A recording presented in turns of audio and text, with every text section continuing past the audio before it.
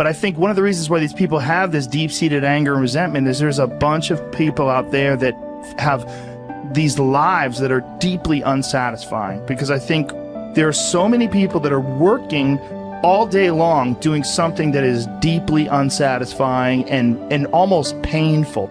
Yeah, it's soul killing. Soul killing. Yeah. They're stuck in traffic all day, and then they're stuck in a cubicle after that. They relish the time to take a in the bathroom and look at their phone. I mean, they literally do that. That's a highlight of someone's day. They get in traffic on the way home. They get home after that, they're watching television, and they're... You ever notice that some people seem to want to hang on to stuff that is bothering them? They're forever talking about it. They don't want to let it go. They've had a failure at something and it's dwelling. I can't get over it. They just can't get over it. Or somebody said something nasty to them. They don't want to let it go. Do you know what we should do? We should ask ourselves, everything that happens, is this serving you? Is this serving you? And if it's not serving you, get rid of it. You don't want anything in your life that's not serving you, that's not causing you to grow, that's not adding to the quality of your life.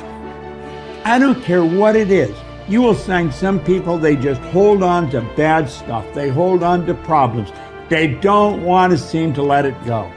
And that adds more problems. Whatever you focus on grows. The only thing that can grow is the thing you give energy to. Why would you hold on to anything that's not serving you?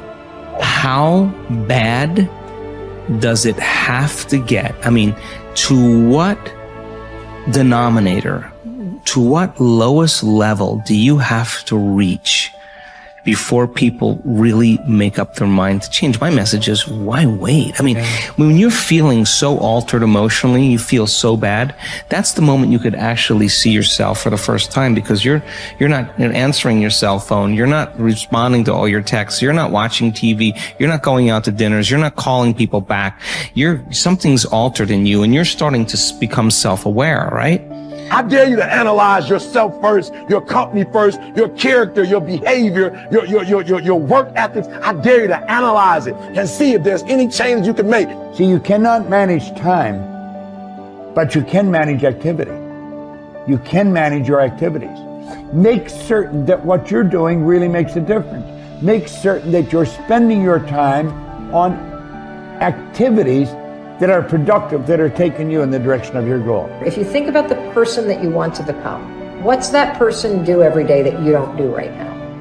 And when you start to do the thing that the person you want to become is doing, you leverage something called behavioral activation therapy. And that is a whole body of research that says when you act like the person you want to become, it's the most powerful way to change a habit. It's even better therapy than talk therapy, because the action proves to your brain that you're becoming that person.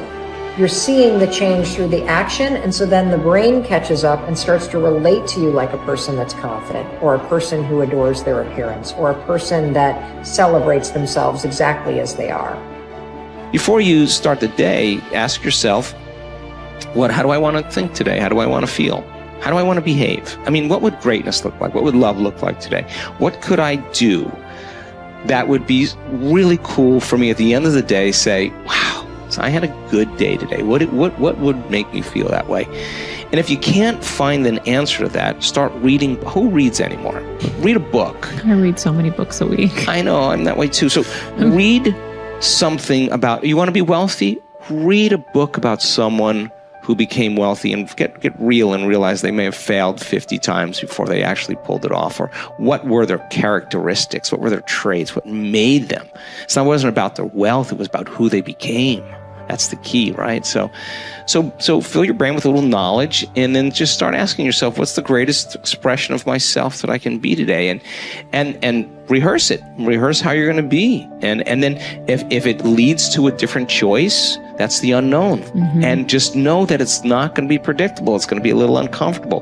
That's where the magic happens. If you can stay relaxed and awake in the unknown, things get pretty exciting. When you're back to the known, you're back to the familiar. Don't expect anything to change in your life. And if you say it's that person or that circumstance, you defaulted and went back to the program of the victim, allowing your outer environment controlling your thoughts and feelings. If you truly do this well, This is what I discovered.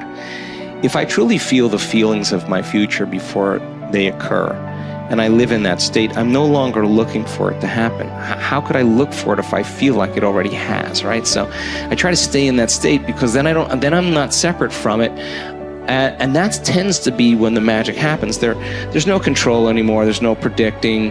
There's no perfectionism. There's none of. All there is just kind of an experiment. Like, I'm experimenting to see if I changed my thoughts and feelings, if my life will change. And that should be the experiment everybody has. And do it with curiosity, and do it with just seeing if the experiment works. If it doesn't, change something else about yourself until it starts to work. Deciding who are we going to be.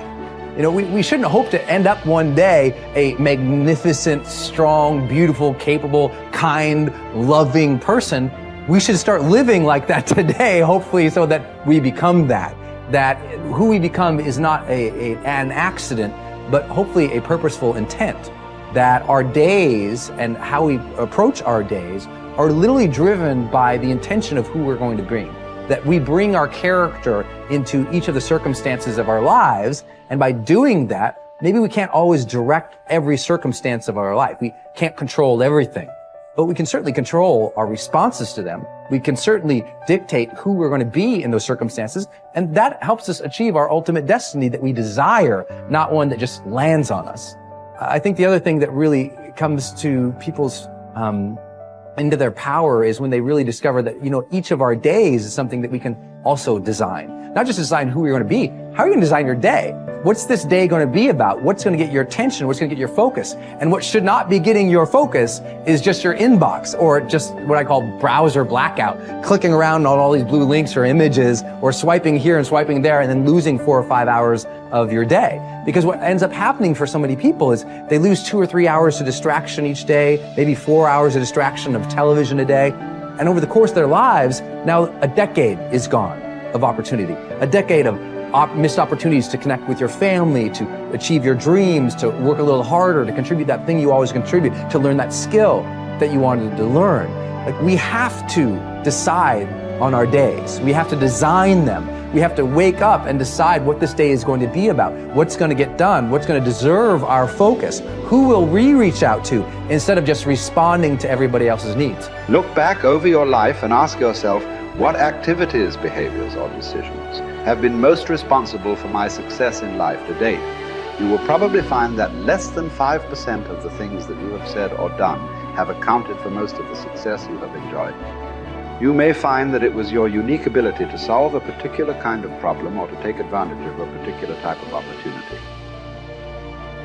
You may find that your special talent was an interpersonal skill that enabled you to influence and persuade other people at a particular time and place.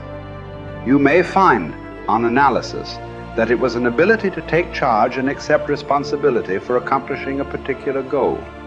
Whatever has been responsible for your successes in life to date may be a good indication what you should be doing in the future. Analyze your work based on the measure that I call return on energy. Leaders in every field deliberately apply their talents and energies where they can achieve their greatest return on the amount of energy, mental, emotional, and physical, that they invest in any endeavor. They refuse to take on jobs or work in areas where they cannot perform at exceptional levels. They treat themselves as valuable resources, and they spend their energies very carefully. One of the questions that you might continually ask yourself is this the best possible use of my time and energy? Is what you are doing right now the most valuable thing that you could be doing, given your particular combination of talents and abilities? Often answering this question will help you to see that there is a vast difference between what you are currently doing and what you should be doing if you want to be fulfilling more of your potential. Once you have chosen your ideal job or occupation for this stage of your career, your biggest responsibility is to make the decision to become very good and then to become excellent at what you do. In a lengthy study on successful Americans, the Gallup organization discovered that expertise, or being recognized by your peers as one of the very best in your field, was one of the essential ingredients for success in American life.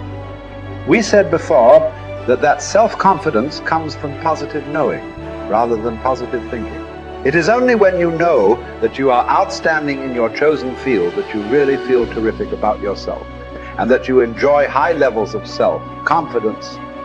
Men and women who are good at what they do and who know that they are good at what they do are very different from those who are only average. They walk and talk and dress and behave differently. They have an attitude of assurance and certainty about themselves that causes them to stand out in any group.